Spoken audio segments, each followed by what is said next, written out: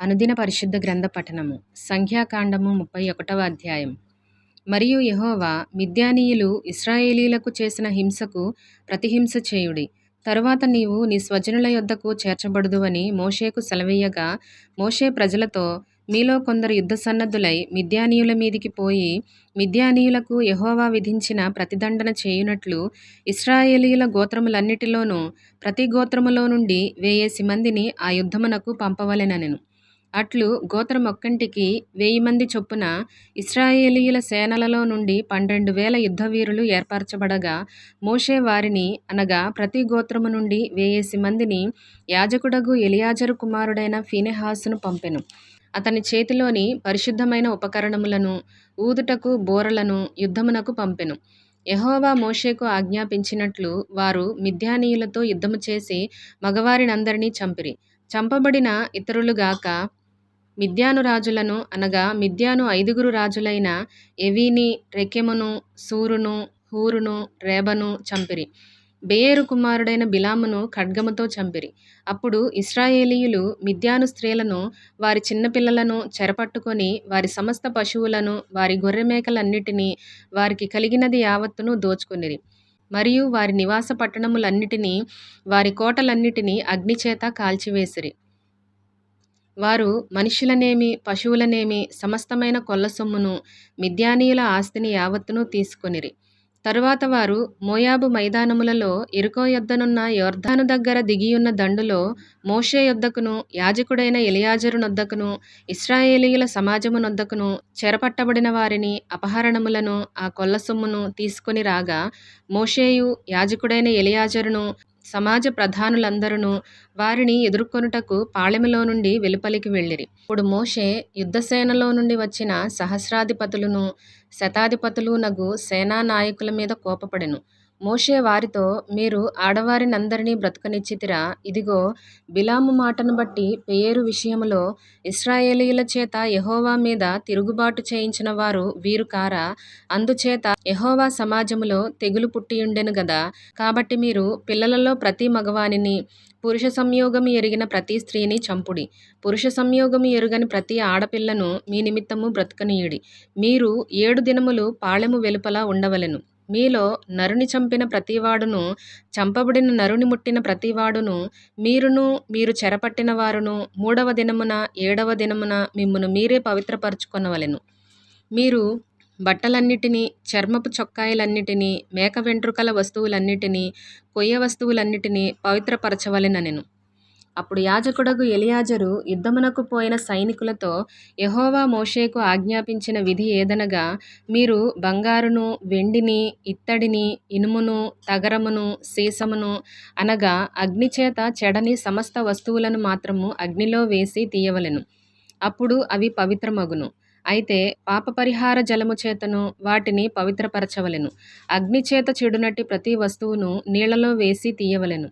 7వ దినమున మీరు మీ బట్టలు ఉదుకుకొని పవిత్రులైన తరువాత పాళెములోనికి రావచ్చుననెను.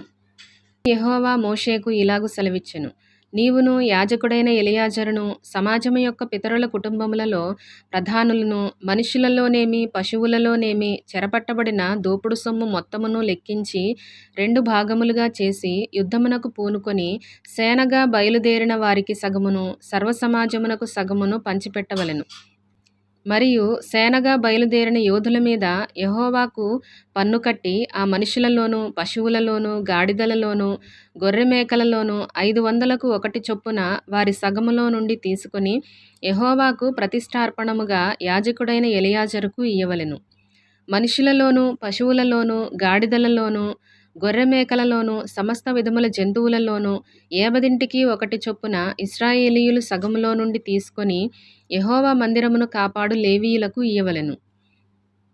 యెహోవా మోషేకు ఆజ్ఞాపించినట్లు మోషేయు, యాజకుడైన ఎలియాజరును చేసిరి.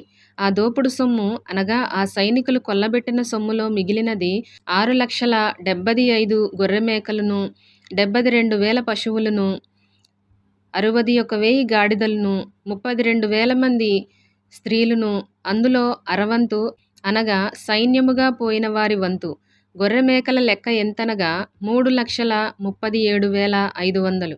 ఆ గొర్రె మేకలలో యెహోవాకు చెల్లవలసిన పన్ను 675. ఆ పశువులు 36,000. వాటిలో యెహోవా పన్ను 72. ఆ గాడిదలు 30,500. వాటిలో యెహోవా పన్ను 61. మనుష్యులు 16,000 మంది. వారిలో యెహోవా పన్ను 32. యెహోవా మోషేకు ఆజ్ఞాపించినట్లు మోషే పన్నును, అనగా యెహోవాకు చెల్లవలసిన ప్రతిష్ఠార్పణమును యాజకుడైన ఎలియాజరునకిచ్చెను. సైనికుల యొద్ద మోషే తీసుకొని ఇశ్రాయేలీయులకిచ్చిన సగము నుండి లేవీయులకిచ్చెను. 3,37,500 గొర్రెమేకలను, 36,000 గోవులను, 30,500 గాడిదలను, 16,000 మంది మనుష్యులను సమాజమునకు కలిగిన సగమై ఉండగా, మోషే ఇశ్రాయేలీయులకు వచ్చిన ఆ సగము నుండి మనుషులలోను జంతువులలోను ఏబదింటికి ఒకటి చొప్పున తీసి, యెహోవా మోషేకు ఆజ్ఞాపించినట్లు యెహోవా మందిరమును కాపాడు లేవీయులకిచ్చెను. అప్పుడు సేనా సహస్రముల నియామకులు, అనగా సహస్రాధిపతులను శతాధిపతులను మోషే యొద్దకు వచ్చి, నీ సేవకులమైన మేము మా చేతి క్రిందనున్న యోధులను లెక్కించి మొత్తము చేసితిమి. మాలో ఒక్కడైనను మొత్తమునకు తక్కువ కాలేదు. కాబట్టి యెహోవా సన్నిధిని మా నిమిత్తము ప్రాయశ్చిత్తము కలుగునట్లు మేము మాలో ప్రతి మనుష్యునికి దొరికిన బంగారు నగలను, గొలుసులను, కడియములను, ఉంగరములను, పోగులను, పతకములను యెహోవాకు అర్పణముగా తెచ్చియున్నామని చెప్పగా, మోషేయు యాజకుడైన ఎలియాజరు నగలుగా చేయబడిన ఆ బంగారును వారి యొద్ద తీసుకొనిరి. సహస్రాధిపతులను శతాధిపతులను ప్రతిష్ఠార్పణముగా యెహోవాకు అర్పించిన బంగారమంతయు 16,750 తులములు. ఆ సైనికులలో ప్రతివాడును తన మట్టుకు తాను కొల్లసొమ్ము తెచ్చుకొనియుండెను.